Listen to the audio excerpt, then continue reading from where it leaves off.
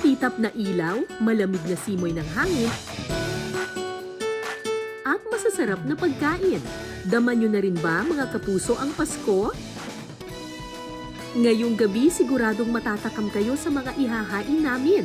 Mga putahing pwede ninyong ihain sa Noche Buena, na ang bida, seafood na makukuha sa probinsya ng Pampanga. Lulusog na naman po tayo, pero this time sa putikan. Ano ba to? Kakainin ako ng lupa! Huy! Huy! Ha? Kuya! Kuya, kakainin ako! Kuya, hindi ako makalabas! Mahal po ba ang pamilya ko? Kuya, hindi na ako makalabas.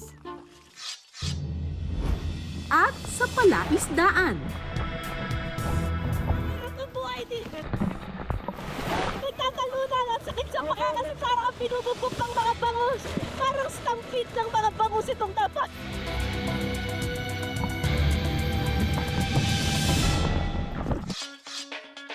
Makakasama rin natin ang sparkle artist na napapanood sa Bubble Gang at Hating Kapatid, si Cheska Fausto.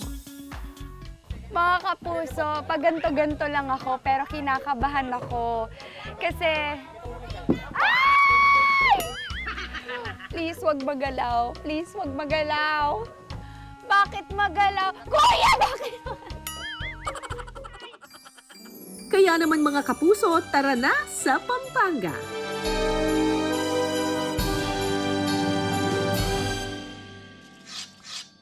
Andito tayo ngayon sa Lubao, Pampanga. Alam nyo ba na dito sa Lubao, Pampanga, hindi lang mga sakahan ang makikita, marami rin silang mga palaisdaan. At tuwing Noche Buena, bukod sa lechon, hamon at kung ano-ano pa, bida rin sa hapagkainan ang mga seafood.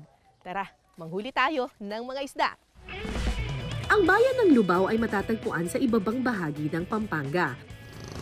Isa ito sa coastal towns ng probinsya. At alam nyo ba na mahigit kalahati o 54% ng land area ng bayang ito nakalaan sa aquaculture? Malaking bahagi kasi ng Lubao ay brackish fish pond o iyong pinaghalong tubig alat at tubig tabang. Isa sa mga nakukuha rito, mud crabs. Siyempre, dito sa pinasarap, bago ito matikman, kailangan muna natin itong paghirapan. Ayan, lulusong na naman po tayo. Pero hindi raw sa tubig, kundi sa malakumunoy na fish pond na ito. Ano ba to? Kakainin ako ng lupa! Huy! Huy! Paano ko lalakad? Ha? Kuya! Kuya, kakainin ako! Kuya, hindi ako makalabas! Mahal po ba ang pamilya ko? Kuya, hindi na ako makalabas. Kuya, wait lang! Yung panty ko! Talaga namang challenging ang paglalakad sa fish pond na ito, mga kapuso. Ang technique, kailangan mabilis ang bawat hakbang para hindi agad lumubog sa putik. Kuya, nasa yung mga alimango? Ano nakatago sa ilalim ng... Naka-bound po yan, minsan umaangat po dahil sa sobrang init. Nakabaon sa ilalim ng putik yung mga alimango? Opo. Eh baka, kuya, sipitin ako. Ay! May nagpapakita. Ayun o! Ayun, kita ko siya! Huwag kang kikilos! Mabagal ako lumakad. Patay na ata eh. Buhay po po yan. Sige, wait lang kuya ha. Opo. Wait lang. Pahawak po!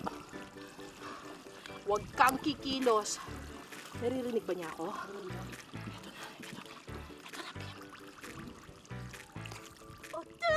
Napakabait ng alimango! Nakakuha na ako ng isa. Ito ay isang lalaki. Lapitin talaga ako mga lalaki. Charot! Parang malaki, kuya. Pero sige, subukan natin. Grabe. Ay! Ay! Alam!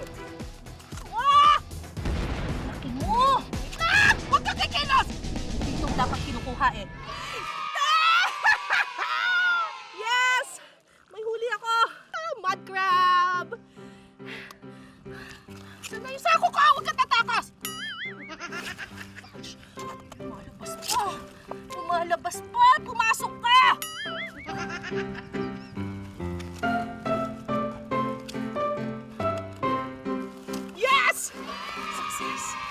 May naispatan akong isa pang malaking alimango.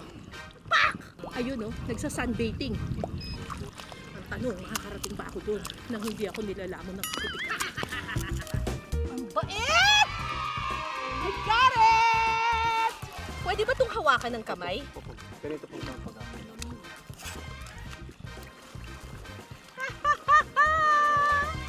Mud crab! Ngayong nakahuli na tayo ng mga malalaking mud crab, ang next challenge natin ay umahon dito sa putik. Good luck sa akin. Nakakuha na tayo ng mud crabs, nakaahon pa tayo sa putikan. Success! Pakiramdam ko, umakyat ako ulit ng mga giting-giting eh. Pagod ako. Ang mga nakuhang mud crabs, perfect daw na sangkap sa isang kapampangan dish na kung tawagin, agridulce o sweet and sour.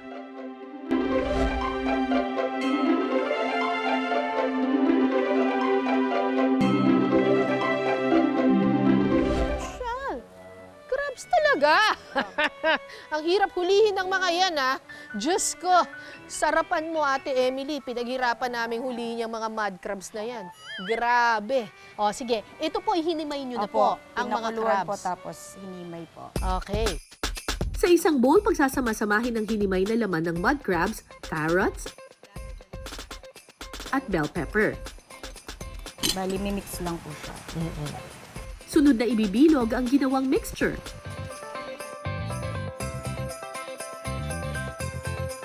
At saka ito babalutin ng cornstarch, itlog, at breadcrumbs.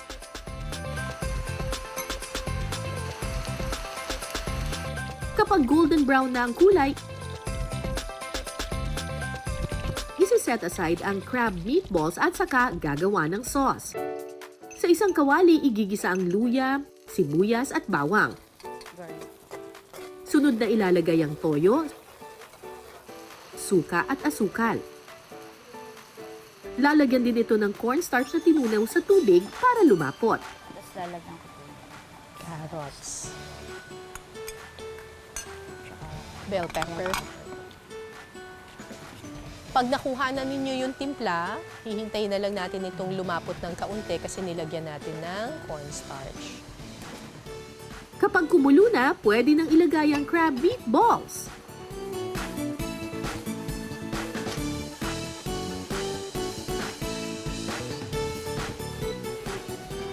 Maya-maya pa, luto na ang sweet and sour crab meatballs. Chibugan na!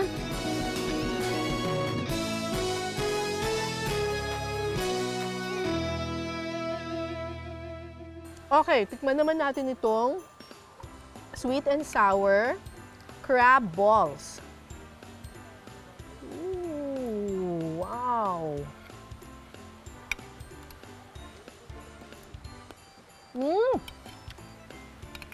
Sarap! Lasang-lasa mo pa rin yung alimango. Ito yung mga, di ba ang hirap kumain ng alimango? Ito, nakahimay na para sa'yo. Kanina, nung nagluluto kami, akala ko mau-overpower ng sweet and sour sauce yung lasa ng alimango. Pero hindi. Nandun yung sweetness, nandun yung sourness, pero nalalasahan mo pa rin yung crab meat. Yun pa rin ang mas nangingibabaw. Tikman ko nga pag may dagdag na sweet and sour.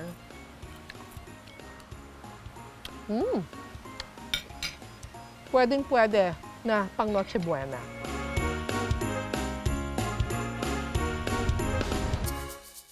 Bukod sa mud crabs, saka na rin sa mga bangus ang malawak na fish pond na ito sa Lubao.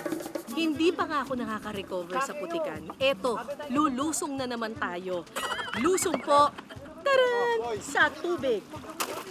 Mangunguha tayo ngayon ng bangus. At ito ang binigay nila sa akin. Kailangan daw sutin ko to. Ganito. Kasi raw, yung mga bangus, deadly raw. Nagsisitalunan. At pag tumalon daw siya, pak! Pag tumalon daw yung bangus at tinamaan ka sa mukha mo, para ka raw sinuntok ni Manny Pacquiao. So, kailangan mo ng ganitong uri ng proteksyon Para kapag may dumating na bangus, hindi ka masasaktan. Sa pag-harvest ng bangus, kailangang hatakin ang nakalatag na lambat sa fish pond. So nakikita ninyo ngayon, habang lumiliit yung lambat, nagtatalunan na yung mga bangus. Ayan na sila, oh.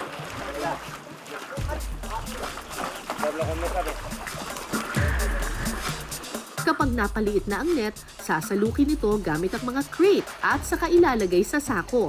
At yan daw ang trabaho ko sa araw na ito.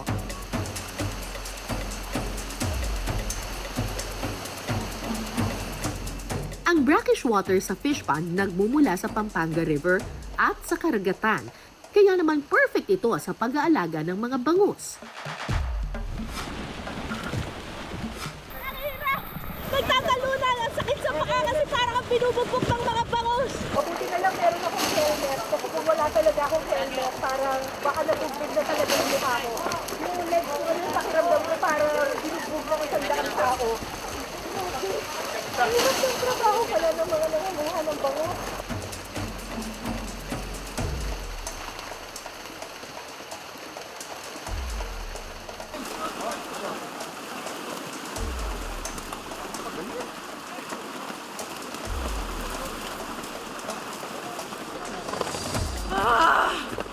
I survived. Pakiramdam ko, stampede ng mga bangus yung napuntahan ko. Huli na lang. Hindi ako naging relyano.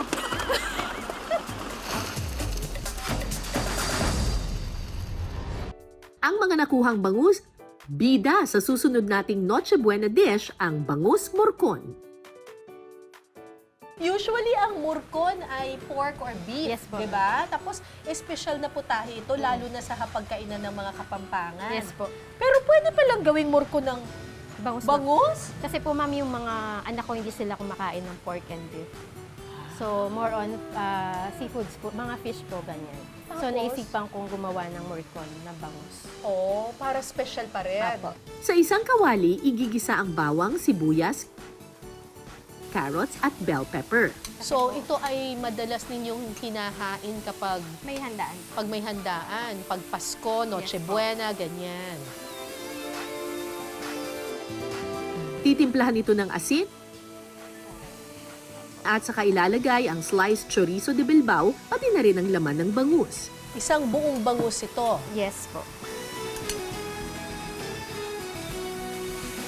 So dudurog-durugin po ma'am.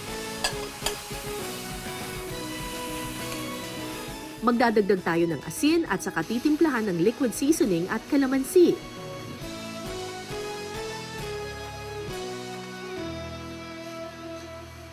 Lalagyan din ito ng paminta, pickles at butter. Kapag naluto na ang mga sangkap, isi-set aside muna ito. Habang pinalalamig natin yung ginawa nating morcon mixture, gagawa na tayo ngayon ng sauce. Alright. Sa paggawa ng sauce, igigisa ang bawang, sibuyas, bell pepper at carrots. Lalagyan ulit ito ng pickles. At saka ito titimplahan ng paminta, asin at liquid seasoning. Sunod na ilalagay ang oyster sauce, tubig, cheese, at saka itlog. Hahaluin lang ito hanggang sa lumapot ang sauce. Kapag lumamig na ang ginisang bangus, lalagyan ito ng breadcrumbs, cornstarch, itlog, cheese, at saka ito hahaluin. Para hindi po mabukas, so gagamitan po natin ng cling wrap. Then ipo-foil po para mas secure yung yung morcon. Ang mga nairolyong murkon isasalang sa steamer sa loob ng 15 minuto. At eto na ang aming mga na-steam na murkon. Buksan na natin. Yes po. Oh, di ba? Oh, pwede na kainin to? Pwede na rin po, ma'am. Pwedeng iprituhin siya kahit walang coat po ng breadcrumbs. Sa totoo lang, dito pa lang solve ka na. Pero dahil maarte tayo, hindi ito morcon kung hindi pa ipiprito. So isipin nyo, ginisa na, in-steam pa, ngayon ipiprito pa. Ang mga na-steam na mixture, irurolyo sa harina, itlog at breadcrumbs. Saka ito ipiprito hanggang sa maging golden brown. So, lalagyan na po ng sauce.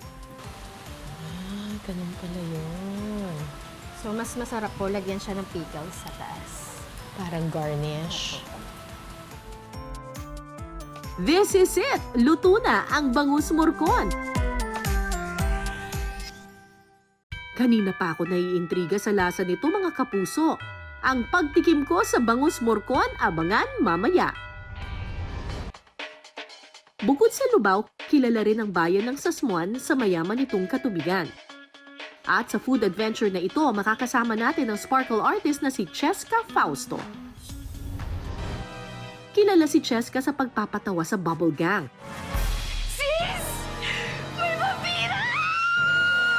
At sa pangiinis naman sa atin sa kontrabida role niya sa afternoon drama na Hating Kapatid. Gusto ko ng aircon para malamig. Pero ngayon, time out muna si Cheska sa pag-acting. Magandang araw mga kapuso! Nandito tayo ngayon sa Sasmuan, Pampanga kung saan ang dami-dami nilang ilog dito at mga palaisdaan. Let's go! Okay, kuya, please guide me. Ay, nag-golden hands mo. Kuya, huwag kang ma-fall. Okay. Dito na ba ako? Yes, ma'am. Isa ka pa, kuya, nag-golden hands tayo. Ay, pangatlong. Hala ka. So dito ako, sa gitna. Mga kapuso, pag ganto-ganto lang ako, pero kinakabahan ako. Kasi, ay! Please, wag magalaw. Kuya, bakit? Ay! Kuya, please! Cheska, kaya pa ba? Baka mapaus ka. Yay! But next, bakit nag-enjoy ako? Nag-enjoy ako. Ala, ang lawak niya na. Para makarating sa parte ng ilog na maraming talangka, kailangan mo nang bumiyahe sakay ng bangka sa loob ng kalahating oras. Ayan, nakarating na tayo sa Gumi. Pero bago pa man magsimulang manghuli ng talangka,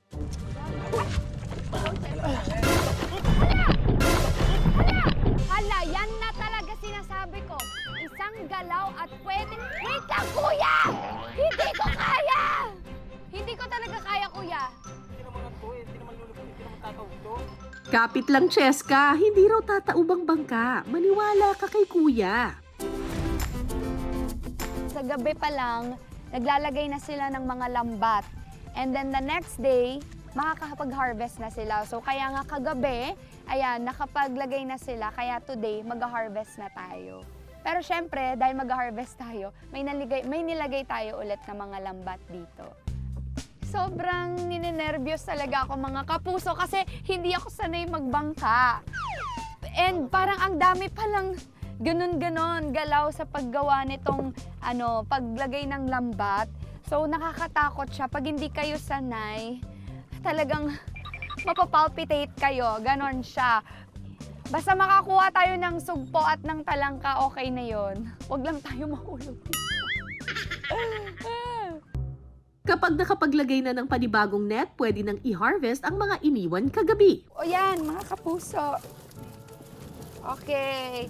So, kita nyo ang dami nating talangka dito, tsaka mga maliliit na hipon. Kami alimango, ma'am. Ay, may alimango tayo, malaking alimango. Masarap ito kasama ng yung alige paste, no? Ala, ang laki din ng mga hipon, mga kapuso. Tignan nyo, ang dami-dami. So, ganito siya karami pag overnight. Yan. Ano ka pala ma'am? Ako pa ba? Bawat parang overnight na lambat, it's full of surprises. You don't know what you're getting. Diba? Parang buhay lang. Minsan may malaking alimango. Minsan talangka. Minsan mga hipon, isda. Ay! Puro talangka. Wow naman, mukhang naka-jackpot ka, Cheska. Ang daming talangka. Mula sa matatabang alige ng talangka, ginagawa ang crab paste na siyang produktong ipinagmamalaki ng Sasmuan. So, importante mag-gloves po muna tayo. Kasi medyo may matutulis na parte no, ng talangka. So, safety first, mga kapuso. Ayan. Ito po ma'am, bubuksan pong ganyan. Okay. Tapos lalagay po dito. Tatanggalin po dito. Gamit Yan. yung stick, Opo, no? gamit po yung stick. Yan, yan Ayan. ma'am. Madali Ayun po. lang. Opo, Okay, so ayan. ito try ko Try po po. ah. Yan, yan po. Separate Opo, lang. yan. Opo. Tapos, stick natin. Ito Opo. yung masarap na Opo, part. Ito yung yan. mismong taba. Medyo maproseso lang siya Opo. mga kapuso. Opo. Kasi maliit lang yung talangka. So talagang kukonti lang yung mga taba na makukuha natin. Mukhang sisiw lang sa'yo, Cheska, ang first step ah.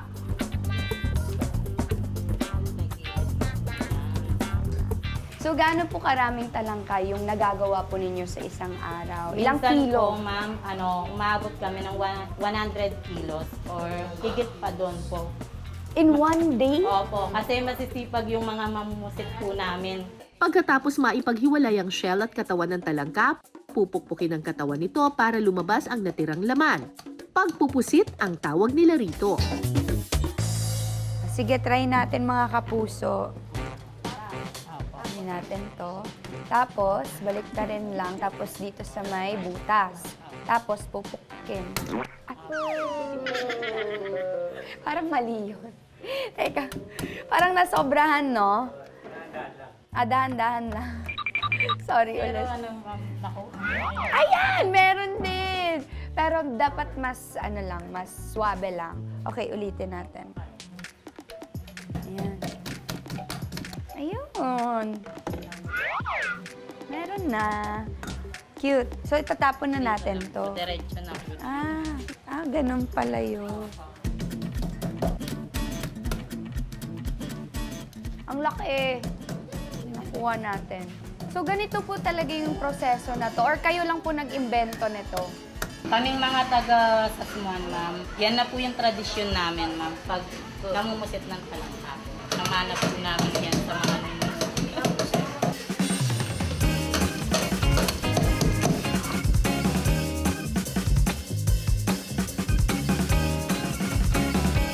Ang dami na! Nakakatuwa. Kapag Noche Buena, syempre palaging may pasta. At para mas bongga ang lasa, perfect na sahog ang alige. Yan ang susubukang lutuin ni Cheska. Sa isang kawali, igigisa sa butter ang bawang, sibuyas at alige paste. Okay. Wow! Ang ganda ng kulay. Titimplahan ito ng seasoning, pampalasa at paminta. At saka ibubuhos ang all-purpose cream. So now na na-mix na natin ang ating all-purpose cream, meron tayong tinatawag nating slurry, pampalapot. Ayan, maglalagay tayo ng konti. Tapos imimix-mix lang natin. Kapag malapot na ang sauce, pwede nang ilagay ang nalutong pasta. Pag nilagay nyo na yung pasta, make sure na low heat na siya para hindi dumikit yung pasta. Maya-maya pa, luto na ang alige pasta.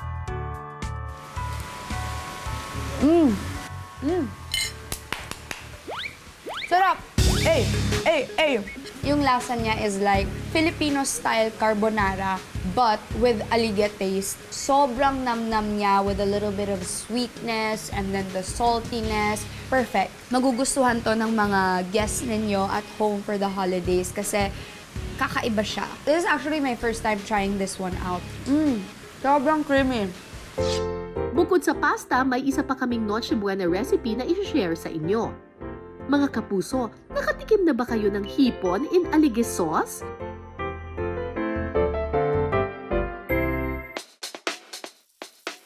Sa isang kawali, igigisa sa butter ang bawang. Isa parang masarap na, no? Yes. Garlic pa lang, no? Mabango na talaga. Sunod na ilalagay ang hipon at alige paste. Ay, ang ganda ng kulay niya. Nakakatakam tignan. Tsaka ang kagandahan dito sa recipe na to, na yung mismong sarsa niya, Yan itong na, alige alige sarsa, sarsa. ulam na talaga. Sarap nito sa kanin. Sunod na ibubuhos ang soda. at saka titimplahan ng pampalasa. Ganun lang kadali mga kapuso. Luto na ang hipon in alige sauce. Grabe, orange na orange talaga yung sarsa niya. Mix natin yun sa... Naglalaway na ako. Parang ang sarap niya. O, di ba, hindi overcooked ang ating shrimp. At syempre, sinisip-sep ang ulo ng sumpo. Nagsumpo, ha? Okay. Ang sarap! Hindi overcooked. Malalaman nyo yan kasi hindi dumidikit yung balat niya sa laman. Sarap to magkamay-kamay eh. Kamay-kamay na lang. Tapos, ididip ko siya ulit dito.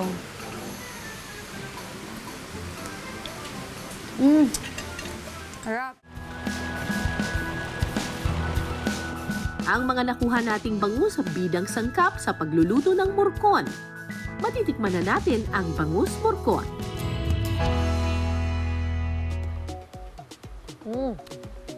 It's good. Ang linamnam. Crunchy on the outside, tapos talagang ang linamnam sa loob. Yung linamnam galing dun sa butter at saka dun sa cheese. Hindi mo iisipin na bangus. Sarap. Naway nabusog kayo sa mga inihanda naming putahe na pwede ninyong subukan ngayong holiday season.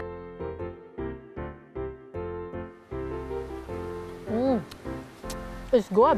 Crunchy on the outside, tapos talagang ang linamnam sa loob. Hanggang sa susunod nating kwentuhan at salo-salo, Pwedeng-pwede na pang Noche Buena. ako po si Cara David. Ito ang Pinas Sarap.